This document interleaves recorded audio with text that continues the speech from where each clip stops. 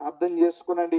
రేపనే దినం మన జీవితంలో ఉందో లేదో మనకు తెలియదు కనుక ఈ రోజే మీ హృదయాన్ని మార్చుకుని మీ జీవితంలో యేసు ప్రభువుకు చోటు ఇవ్వగలిగితే, దేవుడు కోరిన విధంగా మీరు ఆనందించగలిగితే నెమ్మది, ఆనందాన్ని, ఎనలేని సంతోషాన్ని మీ జీవితంలో మీరు పొందుకుంటారు.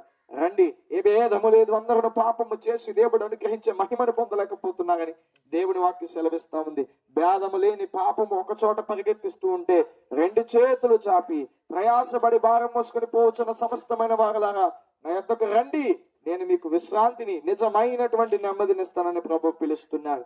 దేవుని మాటను వినగలిగితే, దేవుని దగ్గరికి రాగలిగితే దేవుడిచ్చే రక్షణ భాగ్యాన్ని మీ జీవితంలో పొందుకుంటారు. దేవుడు అట్టి కృప భాగ్యాన్ని మీకు ఇచ్చును గాక. క్రీస్తు యేసు ప్రభువు మిమ్మల్ని రక్షించడానికి కలువరి శిలువలో ప్రాణం పెట్టి చనిపోయి సమాధి చేయబడి 3 దినాలు లేచి పునరుద్ధానుడైనటువంటి దేవుడిగా ఉన్నారు. ఆయన ఇచ్చే బలాన్ని మీకు కావాలనుకుంటున్నారా?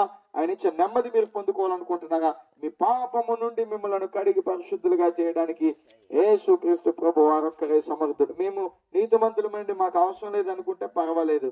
ఆయన నీతిమంతుల కొరకు రాలేదండి, పాపుల కొరకే వచ్చారు. నీకు నువ్వుగా మోక్షానికి వెళ్ళలేమనుకుంటే గనక క్రీస్తు ప్రభు వారికి సహాయం చేసి నీ కట్లను తెంచి ఆయన రాజ్యంలో చేర్చుకుంటారు. దేవుడి మాటలు దీవించి ఆశీర్వదించును గాక.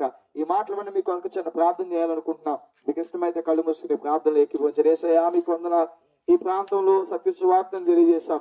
ఎవరైతే ఇవి దేవుని మాటలని అంగీకరించారో, ఇవి నిజంగా బిడ్డలంతో ప్రయాసపడి నీ మనసు చేత ఇక్కడికి పంపబడి మా ప్రాంతానికి సువార్తను ప్రకటించారని నమ్ముతున్నారు, వారి ప్రార్థనకు జవాబును మీరు దయచేయండి. ఈ ప్రాంతవాసులకు ఉద్యోగ, వ్యాపార, వ్యవసాయాలను దీవించండి. ఈ ప్రాంతవాసులను రక్షణలోకి నడిపించండి. నీ రాజ్యముతో వచ్చినప్పుడు ఈ మధ్యాహ్నము మా సహోదరులుగా మేముగా పడుతున్న ఈ ప్రయాసను అర్థం చేసుకోండి. ఈ పరిచయం ఇక్కడ చేయడానికి నాయన ఎంతమంది అయితే ప్రార్థించారో వారి ప్రార్థనలన్నీ జ్ఞాపకం చేసుకునండి. ఈ ప్రాంతాన్ని రక్షణలోకి తీసుకునండి. ఏ ఒక్క ఆత్మ నశించిన నరకానికి వెళ్ళిపోకుండా నిత్య రాజ్యం వైపు అడుగులు వేయడానికి సహాయం చేయమని, పాపికి రక్షణ, రోగికి స్వస్థత కలుగజేయమని, ఈ ప్రాంతవాసులకు ఉద్యోగ, వ్యాపార, పాడి పంట, వ్యవసాయాన్ని దీవించమని, నీ రాజ్యముతో వచ్చినప్పుడు చెప్పబడి నీ రాజ్య సువార్తను విన్న ఈ ప్రజలందరినీ జ్ఞాపకం చేసుకోమని